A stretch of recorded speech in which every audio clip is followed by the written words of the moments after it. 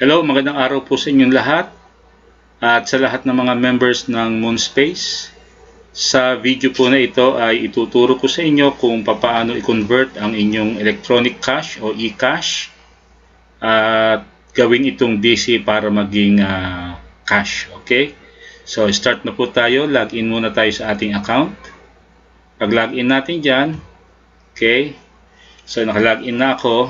Meron dyan mga news feed, yung latest news about Moonspace from the company. Close lang natin yan.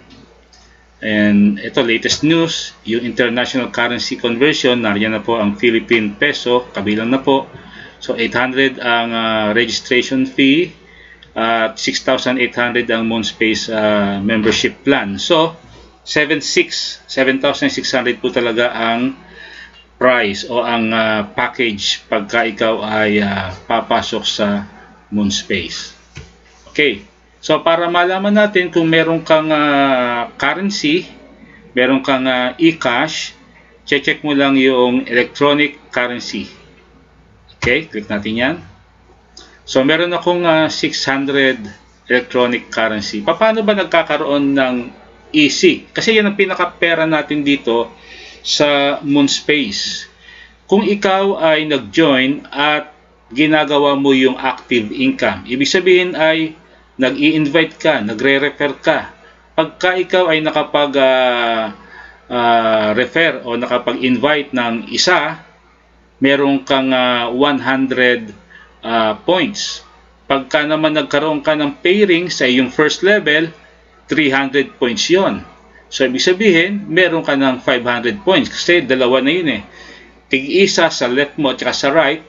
So, meron kang 200 doon at meron ka pang 300 na pairing bonus. So, automatic, meron ka ng 500. Okay?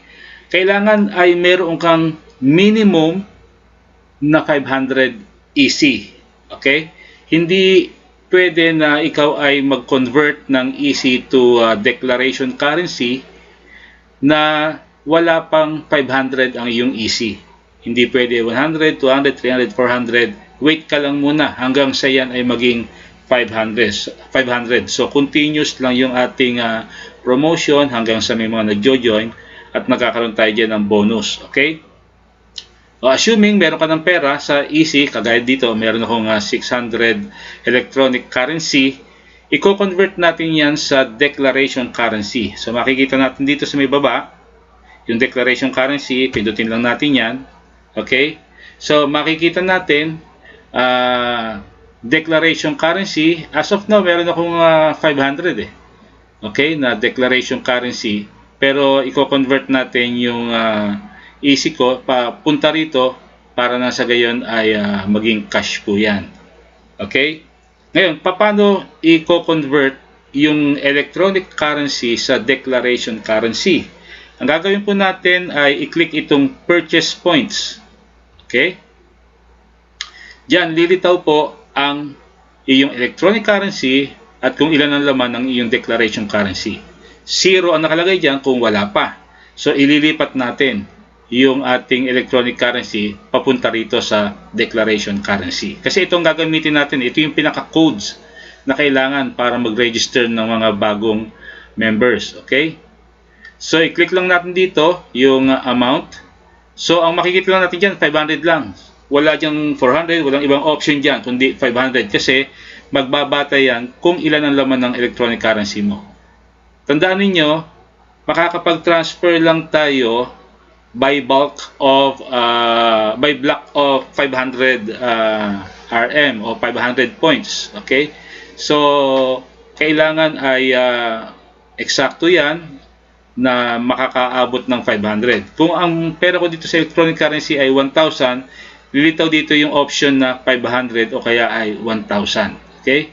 Pero hindi tayo makakapag-convert ng 800, isa lang may i-convert natin kasi 500 lang makikita natin dito. So, i-choose natin yan from electronic currency to declaration currency. Okay? Ilagay lang natin dito yung password. Okay? Ang password na lagay nito yung security password at alam naman yan ng mga members kung ano yan. Okay? Okay, submit. Okay, so merong confirmation window na sasabihin sa iyo para i-review. Okay, amount na ita-transfer mo from EC to DC, electronic currency to declaration currency, 500. Okay, confirm natin. Okay, successful. So ngayon, makikita mo, yung kanina, declaration currency is 500. Ngayon ay 1,000 na. At yung aking electronic currency na 600, ngayon ay 100 na lang. Na-convert na natin sa declaration currency. Ngayon, yung declaration currency na yan ay ginagamit para makapag-register ng bagong member. Itong bagong member, kailangan niya ng sponsor at para siya ay ma-register, dapat yung sponsor niya merong declaration currency. Okay? Kung yan ay bagong member, ang package diyan kailangan 500 declaration currency plus 100 registration fee. Kaya yan ay ang total po talaga niyan 7,600. Ang halaga po kasi nitong 500, pag 500 DC, ang halaga po niyan is umaabot po ng 6,800. Yun namang ating registration fee, andito po yan po.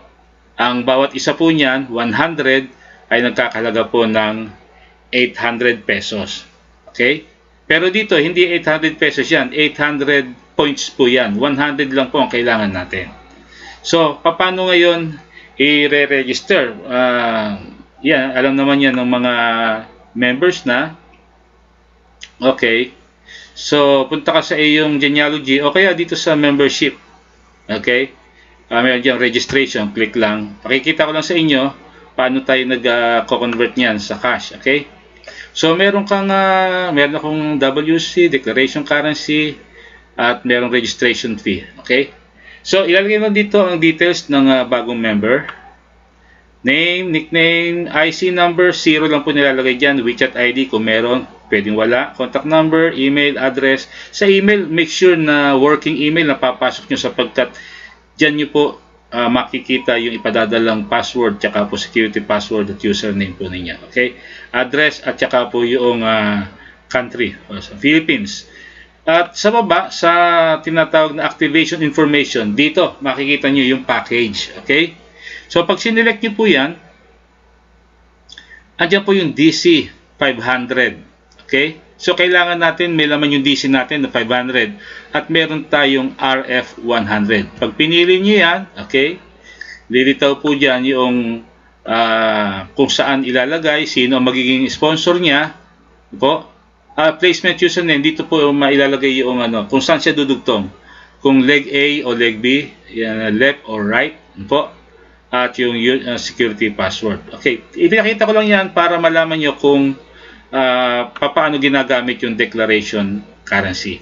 Ngayon, bakit namin sinabing nagiging cash yan? Kasi nga po, ganito, yung DC na yan, binibili po yan ng mga pumapasok, nagpaparegister, gustong maging member, mag-join sa Moonspace. So, sa halip na sila po ay bumili kung saan-saan, pwedeng sa inyo na bumili. Lalo na't invite naman po ninyo yan.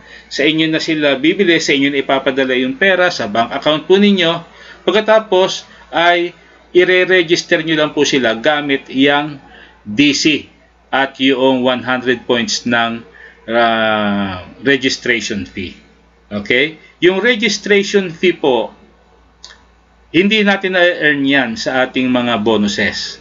Yan po ay talagang binibili sa ating mga upline, grand uplines. So, tagang bibili tayo niyan. At ang halaga niyan sa peso ng isang registration fee ay 800 pesos. Okay? So, magkano halaga ng DC mo? Yung DC mo ay, ang value niyan ay 6,000.